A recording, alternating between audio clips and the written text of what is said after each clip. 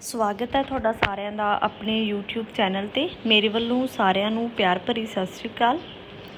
ਸਭ ਤੋਂ ਪਹਿਲਾਂ ਮੈਂ ਗੁਜ਼ਾਰਿਸ਼ ਕਰਦੀ ਹਾਂ ਜਿਨ੍ਹਾਂ ਨੇ ਚੈਨਲ ਨੂੰ ਹਲੇ ਤੱਕ ਸਬਸਕ੍ਰਾਈਬ ਨਹੀਂ ਕੀਤਾ, ਕਿਰਪਾ ਕਰਕੇ ਚੈਨਲ ਨੂੰ ਸਬਸਕ੍ਰਾਈਬ ਕਰੋ ਤਾਂ ਕਿ ਹਰ ਆਉਣ ਵਾਲੀ ਅਪਡੇਟ ਤੁਹਾਡੇ ਤੱਕ ਸਮੇਂ ਟੂ ਸਮੇਂ ਸਿਰ ਪਹੁੰਚਦੀ ਰਹੇ। ਅੱਜ ਇੱਕ ਪਹਿਲਾ ਬੇਸਿਕ ਜੀ ਅਨਾਊਂਸਮੈਂਟ ਹੈ ਬੇਟਾ। ਸਟਾਰਟਿੰਗ ਵਾਲੀ ਵੀਡੀਓ ਦੇ ਵਿੱਚ ਮੈਂ ਤੁਹਾਨੂੰ ਗਲਤੀ ਨਾਲ ਮਾਰਕਸ ਸੀ ਜਿਹੜੇ ਉਹ 120 ਦੱਸਦੇ ਸੀਗੇ, ਬਟ ਐਕਚੁਅਲੀ ਇਹ ਤੁਹਾਡਾ 150 ਮਾਰਕਸ ਦਾ ਹੋਊਗਾ। ਜਿਹੜਾ ਤੁਹਾਡਾ ਪੇਪਰ ਹੋਊਗਾ ਆਪਾਂ ਸਿਲੇਬਸ ਦੇ ਵਿੱਚ ਵੀ ਡਿਸਕਸ ਕੀਤਾ ਸੀ, ਉਹ 150 ਹੀ ਆ। ਉਹ ਬਾਈ ਮਿਸਟੇਕ ਮੈਂ 120 ਕਹਿਤਾ ਸੀਗਾ। ਅੱਜ ਜਿਹੜਾ ਆਪਾਂ ਨੈਕਸਟ ਟੌਪਿਕ ਕਰਨ ਜਾ ਰਹੇ ਹਾਂ, assessment and evaluation. Important topic ਹੈ, ਇਹਦੇ 'ਚੋਂ ਕੁਐਸਚਨ ਬਣ ਹੀ ਜਾਂਦਾ ਆਈ ਵਾਰੀ। ਇੰਟਰਸਟਿੰਗ ਵੀ ਹੈ ਅਤੇ ਈਜ਼ੀ ਵੀ ਹੈਗਾ। ਸ਼ੁਰੂ ਕਰਦੇ ਹਾਂ। ਸਭ ਤੋਂ ਪਹਿਲਾਂ ਅਸੈਸਮੈਂਟ ਕੀ ਆ? ਇਹਦੇ ਵਿੱਚ ਜਿਵੇਂ the word assesses comes from the Latin word assidere meaning to sit with. ਜੇ ਤੁਹਾਨੂੰ ਕੁਐਸਚਨ ਇਹ ਵੀ ਆ ਸਕਦਾ ਕਿ ਐਸਿਸ ਵਰਡ ਲੈਟਿਨ ਕਿਹੜੇ ਵਰਡ ਤੋਂ ਬਣਿਆ ਹੋਇਆ ਹੈਗਾ?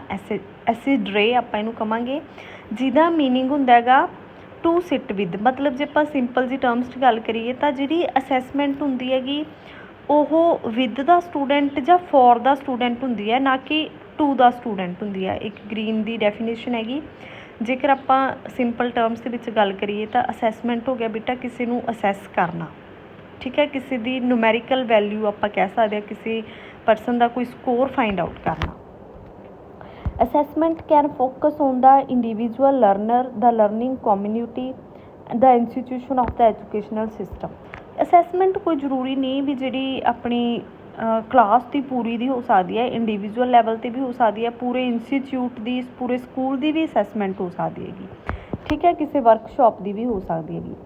ਆਹ ਦੋ ਡੈਫੀਨੇਸ਼ਨਸ ਹੈਗੀਆਂ। ਵੈਸੇ ਤੁਹਾਨੂੰ ਡੈਫੀਨੇਸ਼ਨਸ ਲਰਨ ਕਰਨ ਦੀ ਜ਼ਰੂਰਤ ਨਹੀਂ, ਬਟ ਐਵੇਂ ਵੀ ਤੁਹਾਡਾ ਇੱਕ ਕੰਸੈਪਟ ਕਲੀਅਰ ਹੋ ਜਾਊਗਾ ਕਿ assessment is the process of ਡਾਕੂਮੈਂਟਿੰਗ।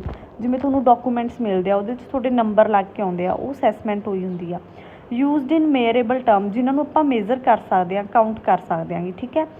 ਅਤੇ ਨੌਲੇਜ ਹੋ ਗਈ, ਆਪਣੀ ਸਕਿੱਲਸ ਹੋ ਗਈਆਂ, ਐਟੀਟਿਊਡਸ ਹੋ ਗਏ, ਬਲੀਫਸ ਹੋ ਗਏ, ਠੀਕ ਹੈ। ਮਤਲਬ ਇਹ ਇੱਕ ਪ੍ਰੋਸੈਸ ਹੈ ਬੇਟਾ। ਕੋਈ ਵੀ ਇਨਫੋਰਮੇਸ਼ਨ ਆ ਉਹਨੂੰ ਪਹਿਲਾਂ ਇਕੱਠਾ ਕਰਨਾ, ਫਿਰ ਉਹਨੂੰ ਇੰਟਰਪ੍ਰੀਟ ਕਰਨਾ, ਰਿਕਾਰਡ ਕਰਨਾ ਅਤੇ ਬਾਅਦ 'ਚ ਉਹਨੂੰ ਯੂਜ਼ ਕਰਨਾ ਕਿਸੇ ਵੀ ਟਾਸਕ ਦੇ ਲਈ, ਠੀਕ ਹੈ। ਉਸ ਤੋਂ ਬਾਅਦ ਅਸੈਸਮੈਂਟ ਸ਼ੁੱਡ ਬੀ। ਅਸੈਸਮੈਂਟ ਕਿਵੇਂ ਦੀ ਹੋਣੀ ਚਾਹੀਦੀ ਆ? Related to regular performance. Daily ਦੀ ਪਰਫੋਰਮੈਂਸ ਚੈੱਕ ਹੋਣੀ ਚਾਹੀਦੀ ਹੈ, ਡੇਲੀ ਦੀ ਪਰਫੋਰਮੈਂਸ ਦੇ ਨਾਲ ਰਿਲੇਟਡ ਹੋਣੀ ਚਾਹੀਦੀ ਹੈਗੀ। Gather from interdisciplinary sources. Interdisciplinary ਮਤਲਬ ਇੱਕ ਦੂਜੇ ਨਾਲ ਜੁੜੇ ਹੋਏ ਸੋਰਸਿਸ ਤੋਂ ਆਪਾਂ ਨੂੰ ਇਕੱਠੀ ਕਰਨੀ ਚਾਹੀਦੀ ਹੈ। ਜਿਵੇਂ ਸਾਇੰਸ 'ਚੋਂ ਕਿੰਨੇ ਨੰਬਰ ਆਇਆ ਤਾਂ ਸੋਸ਼ਲ ਸਾਇੰਸ 'ਚੋਂ ਕਿੰਨੇ ਨੰਬਰ ਆਇਆ ਗੇ, ਆਰਟਸ 'ਚੋਂ ਕਿੰਨੇ ਨੰਬਰ ਆਇਆ, ਠੀਕ ਹੈ। Consider all aspects of the students life. ਇਕੱਲੀ ਸਿਰਫ ਉਹਦੀ ਅਕੈਡਮਿਕ ਪਰਫੋਰਮੈਂਸ ਨਹੀਂ, ਨੋਨ ਅਕੈਡਮਿਕ ਪਰਫੋਰਮੈਂਸ ਵੀ ਕੀ ਹੈ, ਇਨਕਲੂਡ ਹੋਣੀ ਚਾਹੀਦੀ ਹੈਗੀ। ਇਹਦਾ ਪਰਪਸ ਕੀ ਹੈ? ਆਪਾਂ ਕਿਉਂ ਕਰਦੇ ਹਾਂ ਅਸੈਸਮੈਂਟ? ਇਹ ਬੱਚੇ ਜਿਹੜਾ ਵੀ ਕੋਈ ਇਨਫੋਰਮੇਸ਼ਨ ਗੈਦਰ ਕਰ ਲਿਆ, ਚਾਹੇ ਉਹ ਕੋਈ ਟੀਚਰ ਹੈ, ਚਾਹੇ ਕੋਈ ਪੇਰੈਂਟ ਹੈ, ਕੋਈ ਵੀ ਹੈ, ਫਸਟ ਡਿਸੀਜ਼ਨ ਮੇਕਿੰਗ, ਉਹਨੇ ਕਿਸੇ ਵੀ ਤਰ੍ਹਾਂ ਦਾ ਫੈਸਲਾ ਲੈਣਾ, ਉਸ ਚੀਜ਼ 'ਚ ਉਹਦੀ ਹੈਲਪ ਹੋਊਗੀ। ਸਪੋਜ਼ ਕੋਈ ਐਕਟੀਵਿਟੀ ਕਰਾਉਣੀ ਹੈ ਟੀਚਰ ਨੇ, ਉਹ ਨੰਬਰਾਂ ਦੇ ਬੇਸ 'ਤੇ ਸਿਲੈਕਟ ਕਰ ਸਕਦਾ ਹੈਗਾ ਕਿ ਹਾਂ ਇਸ ਕੁਇਜ਼ ਦੇ ਵਿੱਚ ਇਹ ਬੱਚੇ ਪਾਰਟੀਸਪੇਟ ਕਰ ਸਕਦੇ ਨੇ, ਹੈ ਨਾ। ਸੈਕਿੰਡ ਹੋ ਗਿਆ ਸਕਰੀਨਿੰਗ। ਇੱਕ ਟੀਚਰ ਕੋਲ ਵੀ ਇੱਕ ਆਈਡੀਆ ਹੋ ਜਾਂਦਾ ਕਿ ਕਿੰਨੇ ਬੱਚੇ ਕਿਹੜੇ ਲੈਵਲ 'ਤੇ ਲਾਈ ਕਰ ਰਹੇ ਨੇਗੇ। Monitoring students progress. ਬੱਚੇ ਦੀ ਇੰਡੀਵਿਜੂਅਲ ਪਰਸਨ ਦੀ, ਸਟੂਡੈਂਟ ਦੀ ਰਿਪੋਰਟ ਟੀਚਰ ਕੋਲ ਪਹੁੰਚ ਜਾਂਦੀ ਹੈ। ਉਹਨਾਂ ਨੂੰ ਕੋਈ ਗ੍ਰੇਡ ਅਸਾਈਨ ਕਰਨੇ ਆ ਜਾਂ ਕੋਈ ਰੈਂਕ ਦੇਣਾ, ਫਸਟ, ਸੈਕਿੰਡ, ਥਰਡ, ABCD, ਉਹ ਦੇਣੇ ਈਜ਼ੀ ਹੋ ਜਾਂਦੇ ਹੈਗੇ। ਕਿਸੇ ਦੀ ਇਫੈਕਟਿਵਨੈਸ ਕੀ ਹੈ, ਕਿਸੇ 'ਚ ਕਿੰਨੀ ਕੁ ਕਾਬਲੀਅਤ ਹੈ, ਉਹ ਚੀਜ਼ ਆਪਾਂ ਕੀ ਕਰ ਸਕਦੇ ਹਾਂਗੇ, ਚੈੱਕ ਕਰ ਸਕਦੇ ਹਾਂਗੇ। ਇਹ ਸੀ ਅਸੈਸਮੈਂਟ। ਉਸ ਤੋਂ ਬਾਅਦ ਆ ਗਿਆ ਇਵੈਲੂਏਸ਼ਨ। ਹੁਣ ਇੱਥੇ ਮੇਨ ਕੁਐਸਚਨ ਹੈ ਕਿ ਅਸੈਸਮੈਂਟ ਅਤੇ ਇਵੈਲੂਏਸ਼ਨ ਦੇ ਵਿੱਚ ਫ਼ਰਕ ਕੀ ਆ? ਕੋਈ ਜ਼ਿਆਦਾ ਫਰਕ ਨਹੀਂ ਹੁੰਦਾ। ਇਵੈਲੂਏਸ਼ਨ ਜ਼ਿਆਦਾ ਵਾਈਡਰ ਕਨਸੈਪਟ ਆ ਜਾਂਦਾ। ਇਵੈਲੂਏਸ਼ਨ ਦੇ ਵਿੱਚ ਹਰ ਤਰ੍ਹਾਂ ਦੀ ਡਿਵੈਲਪਮੈਂਟ ਹੈ ਜਿਹੜੀ ਆਪਾਂ ਇਨਕਲੂਡ ਕਰਦੇ ਹਾਂ, ਚਾਹੇ ਉਹ ਸੋਸ਼ਲ ਹੈ, ਚਾਹੇ ਇਮੋਸ਼ਨਲ ਹੈ, ਚਾਹੇ ਫਿਜ਼ੀਕਲ ਹੈ, ਇਕੱਲੀ ਅਕੈਡਮਿਕ ਨਹੀਂ ਦੇਖਦੇ। ਅਸੈਸਮੈਂਟ 'ਚ ਥੋੜ੍ਹਾ ਜਿਹਾ ਮੇਅਰੇਬਲ ਟਰਮਸ ਆ ਜਾਂਦੀਆਂ ਜਿਹਨਾਂ ਨੂੰ ਆਪਾਂ ਮੇਜ਼ਰ ਕਰ ਸਕਦੇ ਹਾਂਗੇ। ਇਹਦੇ ਵਿੱਚ ਬੇਟਾ ਵੈਲਿਊ ਜਜਮੈਂਟ ਆ ਜਾਂਦੀ ਵੈਲੂਏਸ਼ਨ 'ਚ। ਬੱਚੇ ਦਾ ਬਿਹੇਵੀਅਰ ਕਿਵੇਂ ਦਾ ਸੀ, ਉਹਦਾ ਕਰੈਕਟਰ ਕਿਵੇਂ ਦਾ ਸੀਗਾ, ਠੀਕ ਹੈ। ਅਤੇ ਇਹ ਆਪਣੀ ਡੇਲੀ ਲਾਈਫ ਦਾ ਹੀ ਪਾਰਟ ਹੈਗਾ। ਇਵੈਲੂਏਟ ਆਪਾਂ ਹਰ ਕਿਸੇ ਨੂੰ ਅੱਜ ਕੱਲ੍ਹ ਇਵੈਲੂਏਟ ਕਰਦੇ ਹਾਂ, ਚਾਹੇ ਉਹ ਆਪਾਂ ਕਿਸੇ ਵੀ ਤਰੀਕੇ ਨਾਲ like evaluation frequently, like which dress do you want to wear in marriage. ਇਸ ਚੀਜ਼ 'ਚ ਵੀ ਆਪਾਂ ਇਵੈਲੂਏਟ ਕਰ ਰਹੇ ਕਿ ਤੂੰ ਵਿਆਹ 'ਤੇ ਕਿਹੜੇ ਕੱਪੜੇ ਪਾਉਣੇ ਆ, ਕਿਵੇਂ ਦੇ ਪਾਉਣੇ ਆ, ਹੈ ਨਾ। Evaluation implies a systematic, continuous process based on certain criteria, process and emphasis the broader personality change। मतलब ਕੀ ਹੈਗਾ ਬੇਟਾ, ਇੱਕ ਬਹੁਤ ਪਹਿਲਾਂ ਵੀ ਕਿਹਾ ਕਿ ਸਿਸਟਮੈਟਿਕ ਕੰਟੀਨਿਊਸ ਤੇ ਇੱਕ ਵੱਡਾ ਕ੍ਰਾਈਟੇਰੀਆ ਹੈ ਜਿਹਦੇ ਵਿੱਚ ਹਰ ਇੱਕ ਪਰਸਨੈਲਿਟੀ ਦਾ ਐਸਪੈਕਟ ਕਵਰ ਹੁੰਦਾ ਹੈ, ਬਰੋਡਰ ਪਰਸਨੈਲਿਟੀ, ਠੀਕ ਹੈ। ਅਤੇ ਇਹ ਹਰ ਇੱਕ ਨੂੰ ਮਤਲਬ one to make a judgement about the desirability or value of a major.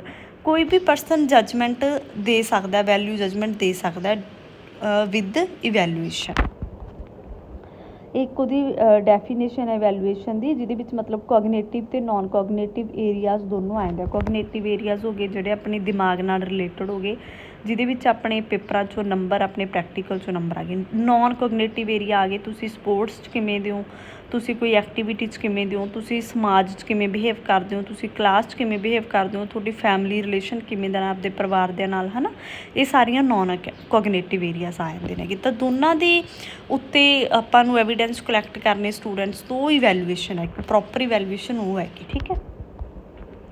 Next ਆ ਗਿਆ ਸਕੋਪ ਆਫ ਇਵੈਲੂਏਸ਼ਨ। ਜਿਵੇਂ ਬੇਟਾ ਅਸੈਸਮੈਂਟ ਦਾ ਸਕੋਪ ਸੀ ਜਾਂ ਪਰਪਸ ਸੀਗਾ, ਉਵੇਂ ਇਹਦਾ ਵੀ ਹੈਗਾ। ਪਹਿਲਾਂ ਜਿਵੇਂ ਕਿ ਮੈਂ ਵੈਲਿਊ ਜਜਮੈਂਟ ਉਹੀ ਹੈਗੀ ਕਿ ਕਿਸੇ ਨੂੰ ਗ੍ਰੇਡਿੰਗ ਦੇ ਦੇਣੀ ABC, ਉਹਦੇ ਹਰ ਇੱਕ ਆਸਪੈਕਟ ਨੂੰ ਦੇਖ ਕੇ, ਉਹਦੀ ਪਰਸਨੈਲਿਟੀ ਦੇ ਹਰ ਇੱਕ ਆਸਪੈਕਟ ਨੂੰ ਦੇਖ ਕੇ ਕਿ ਉਹਦੀ ਕਿੰਨੀ ਕੁ ਵੈਲਿਊ ਹੈ ਉਸ ਚੀਜ਼ ਦੀ, ਉਸ ਪਰਸਨ ਦੀ, ਠੀਕ ਹੈ।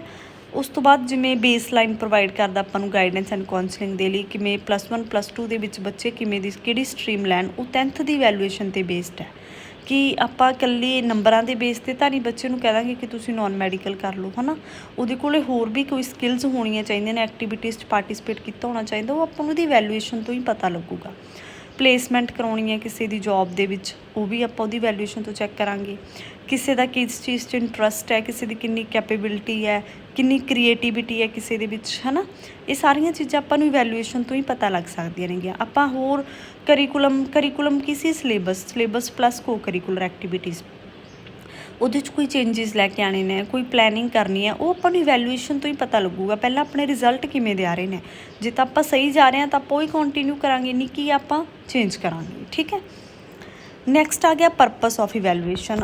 ਸੇਮ ਹੈ, ਫੈਸਿਲੀਟੇਟਿੰਗ ਲਰਨਿੰਗ ਨੂੰ ਹੋਰ ਪ੍ਰਮੋਟ ਕਰਨ ਦੇ ਲਈ, ਪ੍ਰੋਬਲਮਸ ਲੱਭਣ ਦੇ ਲਈ, ਫੈਸਲੇ ਲੈਣ ਦੇ ਲਈ, ਇੰਪਰੂਵ ਪ੍ਰੋਡਕਟਸ, ਕੋਈ ਆਪਾਂ ਚੇਂਜਿਸ ਕਰਨੇ ਨੇਗੇ, ਜੱਜ ਇਫੈਕਟਿਵਨੈਸ, ਅਤੇ ਆਪਾਂ ਇੱਕ ਕੁਆਲਿਟੀ ਲੈ ਕੇ ਆਉਣੀ ਹੈ ਜੱਜਿੰਗ ਦੇ ਵਿੱਚ, ਠੀਕ ਹੈ। ਉਸ ਤੋਂ ਬਾਅਦ ਆ ਗਿਆ ਟਾਈਪਸ ਆਫ ਇਵੈਲੂਏਸ਼ਨ। ਇਹ ਇੰਪੋਰਟੈਂਟ ਟੌਪਿਕ ਹੈ। ਸਿੰਪਲ ਸਿੱਧਾ ਕੁਐਸਚਨ ਬਣ ਸਕਦਾ ਕਿ ਇਵੈਲੂਏਸ਼ਨ ਟਾਈਮ ਦੇ ਬੇਸ 'ਤੇ ਕਿੰਨੇ ਤਰ੍ਹਾਂ ਦਾ ਹੁੰਦਾ। ਤਾਂ ਬੇਟਾ ਇਹ ਦੋ ਹੈ, ਫਾਰਮੇਟਿਵ ਇਵੈਲੂਏਸ਼ਨ, ਸਮੇਟਿਵ ਇਵੈਲੂਏਸ਼ਨ। ਮੈਨਰ ਦੇ ਬੇਸ 'ਤੇ ਕਿੰਨੇ ਤਰ੍ਹਾਂ ਦਾ, ਦੋ ਤਰ੍ਹਾਂ ਦਾ, ਕ੍ਰਾਈਟੇਰੀਅਨ ਰੈਫਰੈਂਸਡ ਅਤੇ ਨੋਰਮ ਰੈਫਰੈਂਸਡ, ਠੀਕ ਹੈ। ਉਸ ਤੋਂ ਬਾਅਦ ਆ ਗਿਆ ਹੁਣ ਜਿਵੇਂ ਸਮੇਟਿਵ ਇਵੈਲੂਏਸ਼ਨ ਆ ਗਈ, ਨਾਮ ਤੋਂ ਹੀ ਪਤਾ ਲੱਗ ਰਿਹਾ। ਸਮਵੇਟਿਵ ਜਿਹੜੀ ਐਂਡ ਆਫ ਦਾ ਈਅਰ ਹੁੰਦੀ ਹੈ, ਇੱਕ ਵਾਰੀ ਹੁੰਦੀ ਹੈ, ਐਨੂਅਲੀ ਐਗਜ਼ਾਮ ਹੁੰਦੇ ਆ ਜਿਹੜੇ ਆਪਣੇ, ਜਿਵੇਂ ਤੁਹਾਡੇ ਸਮੈਸਟਰ ਦੇ ਐਨੂਅਲ ਐਗਜ਼ਾਮ ਹੁੰਦੇ ਆ ਸਕੂਲਾਂ ਦੇ ਵਿੱਚ, ਜਮ੍ਹਾਂ ਐਂਡ 'ਤੇ ਆ ਕੇ ਜਿਹੜੇ ਪੇਪਰ ਹੁੰਦੇ ਆ, ਉਹ ਸਮੇਟਿਵ ਇਵੈਲੂਏਸ਼ਨ ਹੁੰਦੀ। ਇਹ 'ਚ ਇੱਕ ਇੰਪੋਰਟੈਂਟ ਹੈ ਵੀ ਇਹ ਟਰਮ ਜਿਹਨੇ ਕੀਤੀ ਸੀਗੀ ਸਮੇਟਿਵ ਅਤੇ ਫੋਰਮੇਟਿਵ ਟਰਮ, ਕਿਹਨੇ ਕੁਆਇਨ ਕੀਤੀ ਸੀ, M. ਸਰਾਈਬਨ ਨੇ 1967 ਦੇ ਵਿੱਚ ਇਹ ਟਰਮ ਦਿੱਤੀ ਸੀਗੀ ਬੇਟਾ। ਇਹ ਕੀ ਹੈ, ਐਂਡ ਆਫ ਦਾ ਟਰਮ ਜਾਂ ਕੋਰਸ 'ਤੇ ਜਿਹੜੀ ਆਪਾਂ ਬੱਚਿਆਂ ਦੀ ਇਵੈਲੂਏਸ਼ਨ ਕਰਦੇ ਹੋ ਹੈ, ਜਾਂ ਐਨੂਅਲ ਐਗਜ਼ਾਮੀਨੇਸ਼ਨ ਕਹਿੰਦੇ, ਜਾਂ ਹਾਫ ਈਅਰਲੀ ਐਗਜ਼ਾਮੀਨੇਸ਼ਨ ਆ ਗਈ, ਮਤਲਬ ਸਮੈਸਟਰ ਸਿਸਟਮ ਆ ਗਿਆ, ਠੀਕ ਹੈ। ਮਤਲਬ ਮੇਨ ਕੀ ਹੈ, ਇਹ at the end of the program ਇਹ ਕੀ ਹੈ, ਕੰਡਕਟ ਕੀਤੀ ਜਾਂਦੀ ਹੈਗੀ। ਜਿਵੇਂ ਆਦਾ ਸਮੇਟਿਵ ਇਵੈਲੂਏਸ਼ਨ ਦਿੱਤੀ ਹੋਈ ਕਿ first year, second year, third year, fourth year, ਠੀਕ ਹੈ। ਉਸ ਤੋਂ ਬਾਅਦ ਆ ਗਿਆ ਵਰਟੀਕਲ ਇਵੈਲੂਏਸ਼ਨ ਹੋ ਗਈ ਜਿਹੜੀ ਆਪਾਂ ਸੀਰੀਜ਼ 'ਚ ਕਰ ਦਿਆਂਗੇ। ਜਿਵੇਂ ਪਹਿਲੇ ਸਾਲ ਦੀ ਇਵੈਲੂਏਸ਼ਨ, ਉਹਨੂੰ ਦੇਖ ਕੇ ਦੂਜੇ ਸਾਲ ਦੀ ਇਵੈਲੂਏਸ਼ਨ ਕਰਨੀ, ਉਹਨੂੰ ਵੇਖ ਕੇ ਤੀਜੇ ਸਾਲ ਦੀ ਇਵੈਲੂਏਸ਼ਨ ਕਰਨੀ, ਅਤੇ ਨਾਲ ਇਹ ਦੇਖਣਾ ਕਿ ਜਿਹੜੇ ਆਪਾਂ ਓਬਜੈਕਟਿਵਸ ਲੈ ਕੇ ਚੱਲੇ ਸੀ, ਐਜੂਕੇਸ਼ਨ ਓਬਜੈਕਟਿਵਸ, ਕੀ ਉਹ ਅਚੀਵ ਹੋਏ, ਪਹਿਲੇ ਸਾਲ 'ਚ ਕਿੰਨੇ ਹੋਏ, ਦੂਜੇ ਸਾਲ 'ਚ ਕਿੰਨੇ ਹੋਏ, ਠੀਕ ਹੈ। ਜਿਵੇਂ ਇਹਦਾ ਡਾਇਗਰਾਮ ਕੀ ਆਊਗਾ, ਵਰਟੀਕਲ ਆ ਜਾਊਗਾ। ਜਿਵੇਂ ਫਸਟ ਈਅਰ ਤੋਂ ਸੈਕਿੰਡ ਈਅਰ ਦਾ ਡਿਪੈਂਡ ਕਰਦਾ, ਸੈਕਿੰਡ ਤੋਂ ਥਰਡ ਦਾ ਡਿਪੈਂਡ ਕਰਦਾ, ਥਰਡ ਅਤੇ ਫੋਰਥ ਦਾ ਡਿਪੈਂਡ ਕਰਦਾ।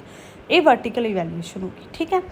ਲਾਸਟ ਇਵੈਲੂਏਸ਼ਨ ਸੀ ਜਿਹੜੀ ਸੀਗੀ ਉਹ ਫਾਰਮੇਟਿਵ ਇਵੈਲੂਏਸ਼ਨ ਸੀ। ਫਾਰਮੇਟਿਵ ਇਵੈਲੂਏਸ਼ਨ ਹੁੰਦੀ ਹੈ ਬੇਟਾ during the course, on going continuous evaluation. ਜਿਹੜੇ ਤੁਹਾਡੇ MST 1 ਹੁੰਦੇ ਆ ਪੇਪਰਾਂ 'ਚ, MST 2 ਹੁੰਦੇ ਆਗੇ ਸਮੈਸਟਰ ਤੋਂ ਪਹਿਲਾਂ, ਹੈ ਨਾ, ਜਾਂ ਫਿਰ ਸਕੂਲਾਂ ਦੇ ਵਿੱਚ FA 1, FA 2 ਲਏ ਜਾਂਦੇ ਆ, SA 1 ਤੋਂ ਪਹਿਲਾਂ, ਉਹ ਫਾਰਮੇਟਿਵ ਇਵੈਲੂਏਸ਼ਨ ਹੁੰਦੀ ਹੈਗੀ। ਈਵਨ ਕਿ ਕਲਾਸ ਟੈਸਟ ਵੀ ਫਾਰਮੇਟਿਵ ਦੇ ਵਿੱਚ ਹੀ ਇਨਕਲੂਡ ਹੁੰਦੇ ਆ, ਜਿਹੜੇ ਟੀਚਰ ਮੇਡ ਟੈਸਟ ਹੁੰਦੇ ਆ, ਟੀਚਰ ਟੈਸਟ ਲੈਂਦਾ ਕਲਾਸ ਦੇ ਵਿੱਚ, ਉਹ ਵੀ ਫਾਰਮੇਟਿਵ ਇਵੈਲੂਏਸ਼ਨ ਦਾ ਹੀ ਪਾਰਟ ਹੈਗਾ। ਫਾਰਮੇਟਿਵ ਇਵੈਲੂਏਸ਼ਨ 'ਤੇ ਡਿਪੈਂਡ ਕਰਦਾ ਕਿ ਆਪਣੀ ਸਮੇਟਿਵ ਇਵੈਲੂਏਸ਼ਨ ਦਾ ਰਿਜ਼ਲਟ ਕਿਵੇਂ ਦਾ ਹੋਊਗਾ। ਜੇ ਫਾਰਮੇਟਿਵ ਇਵੈਲੂਏਸ਼ਨ ਚੰਗੀ ਤਰ੍ਹਾਂ ਹੋਈ ਹੋਊਗੀ ਤਾਂ ਹੀ ਸਮੇਟਿਵ ਇਵੈਲੂਏਸ਼ਨ ਵਧੀਆ ਹੋ ਸਕਦੀ ਹੈ। ਤੇ ਦੋਨੋਂ ਇੰਟਰ ਰਿਲੇਟਡ ਨੇ ਬੇਟਾ, ਦੋਨੋਂ ਇੱਕ ਦੂਜੇ ਨਾਲ ਜੁੜੀਆਂ ਹੋਈਆਂ ਨੇਗੀਆਂ। ਆਪਾਂ ਨੂੰ ਹੈਲਪ ਕਾਹਦੇ 'ਚ ਕਰਦੀ ਆ ਫੋਰਮੇਟਿਵ ਵੈਲੂਏਸ਼ਨ? ਮੋਟੀਵੇਸ਼ਨ ਮਤਲਬ ਮੰਨ ਲਓ ਕੋਈ ਬੱਚਾ ਪਹਿਲੇ ਟੈਸਟ ਦੇ ਵਿੱਚੋਂ 10 ਚੋਂ 6 ਨੰਬਰ ਲੈ ਕੇ ਆਇਆ, ਤਾਂ ਦੂਜੇ ਦੇ ਵਿੱਚ ਉਹਦੇ 7 ਆ ਗਏ, ਤਾਂ ਉਹ ਆਪਾਂ ਉਹਨੂੰ ਮੋਟੀਵੇਟ ਕਰ ਸਕਦੇ ਕਿ ਤੂੰ ਹੋਰ ਵੀ ਬੈਟਰ ਕਰ ਸਕਦਾ ਹੈ, ਹਲੇ ਫਾਈਨਲ ਦੇ ਵਿੱਚ ਟਾਈਮ ਹੈਗਾ ਗਾ। ਪ੍ਰੈਡਿਕਸ਼ਨ ਮਤਲਬ ਆਪਾਂ ਪੇਪਰਾਂ ਤੋਂ ਪਹਿਲਾਂ ਜਿਹੜੇ ਪੇਪਰ ਲੈਂਦੇ MST ਲੈਂਦੇ ਉਹਨਾਂ ਤੋਂ ਆਪਾਂ ਜੱਜ ਕਰ ਲੈਂਦੇ ਵੀ ਇਹ ਬੱਚਾ ਵਧੀਆ ਪੋਜੀਸ਼ਨ ਲੈ ਕੇ ਆ ਸਕਦਾ, ਯੂਨੀਵਰਸਿਟੀ ਪੋਜੀਸ਼ਨ ਲੈ ਸਕਦਾ ਹੈ ਜਾਂ ਵਧੀਆ ਗ੍ਰੇਡ ਲੈ ਕੇ ਆ ਸਕਦਾ ਹੈਗਾ, ਠੀਕ ਹੈ। ਡਾਇਗਨੋਸਿਸ, ਕੋਈ ਆਪਾਂ ਕਿਸੇ ਬੱਚੇ ਬਾਰੇ ਪਤਾ ਕਰਨਾ ਕਿ ਕਿਹੜਾ ਵੀਕ ਹੈ, ਕਿਹੜਾ ਇੰਟੈਲੀਜੈਂਟ ਹੈ, ਠੀਕ ਹੈ। ਲਾਸਟ ਆ ਗਿਆ ਗਾਈਡੈਂਸ, ਸੇਮ ਵੀ ਕਿਸੇ ਬੱਚੇ ਨੂੰ ਅੱਗੇ ਉਹਨੇ ਕਿਹੜਾ ਕਰੀਅਰ ਚੂਜ਼ ਕਰਨਾ, ਉਸ ਚੀਜ਼ ਨੂੰ ਲੈ ਕੇ ਆਪਾਂ ਉਹਨੂੰ ਗਾਈਡੈਂਸ ਫੋਰਮੇਟਿਵ ਦੇ ਬੇਸ 'ਤੇ ਵੀ ਦੇ ਸਕਦੇ ਹਾਂ, ਠੀਕ ਹੈ। ਇਹ ਸੀਗਾ ਬੇਟਾ ਅੱਜ ਦਾ ਟੌਪਿਕ, ਜਿਹੜਾ ਤੁਹਾਡਾ ਇੰਪੋਰਟੈਂਟ ਟੌਪਿਕ ਸੀਗਾ ਇਹ। ਹੁਣ ਮੈਂ ਨੈਕਸਟ ਵੀਡੀਓ ਦੇ ਵਿੱਚ ਕੋਸ਼ਿਸ਼ ਕਰੂੰਗੀ ਕਿ ਆਪਾਂ ਇਹਦੇ ਥੋੜ੍ਹੇ ਜਿਹੇ MCQs ਵੀ ਡਿਸਕਸ ਕਰ ਲਈਏ, ਕਿਉਂਕਿ ਪੇਪਰ ਤੁਹਾਨੂੰ ਮੈਂ ਪਹਿਲਾਂ ਵੀ ਕਿਹਾ ਮਲਟੀਪਲ ਚੋਇਸ ਕੁਐਸਚਨਸ ਹੀ ਆਉਣੇ ਨੇਗੇ। ਅਤੇ ਮੈਨੂੰ ਕਮੈਂਟ ਸੈਕਸ਼ਨ ਦੇ ਵਿੱਚ ਬੱਚੇ ਨੇ ਕਿਹਾ ਸੀ ਕਿ ਮੈਮ ਟੈਲੀਗ੍ਰਾਮ ਗਰੁੱਪ ਜਿਹੜਾ ਕ੍ਰੀਏਟ ਕਰ ਲਓ, ਤਾਂ ਮੈਂ ਵੀਡੀਓ 'ਤੇ ਇਹਦੀ ਡਿਸਕ੍ਰਿਪਸ਼ਨ ਦੇ ਵਿੱਚ ਟੈਲੀਗ੍ਰਾਮ ਚੈਨਲ ਦਾ ਲਿੰਕ ਪਾ ਦਿੱਤਾ, ਤੁਸੀਂ ਉਹ ਜੁਆਇਨ ਕਰ ਸਕਦੇ ਹੋਗੇ। ਜਿਵੇਂ ਵੀ ਆਪਾਂ ਨੂੰ ਕੋਈ ਅਪਡੇਟ ਮਿਲੂਗੀ BEd ਐਂਟਰੈਂਸ ਦੇ ਰਿਗਾਰਡਿੰਗ, ਜਾਂ ਫਿਰ ਮੈਂ ਕੋਈ ਨੋਟਸ ਅਪਲੋਡ ਕਰਨੇ ਹੋਣਗੇ, ਕਿਸੇ ਵੀ ਤਰ੍ਹਾਂ ਦੀ ਇਨਫੋਰਮੇਸ਼ਨ ਤੁਸੀਂ ਲੈਣੀ ਹੋਵੇ ਹੈ ਨਾ, ਤਾਂ ਆਪਾਂ ਉੱਥੇ ਆਪਣੀ ਚੈਟ ਗਰੁੱਪ ਕ੍ਰੀਏਟ ਕਰ ਲੈਂਦੇ ਹਾਂ ਇੱਕ, ਤੁਸੀਂ ਉਹ ਜੁਆਇਨ ਕਰ। ਬਾਕੀ ਜੁੜੇ ਰਹੋ ਸਾਡੇ ਚੈਨਲ ਦੇ ਨਾਲ। ਧੰਨਵਾਦ।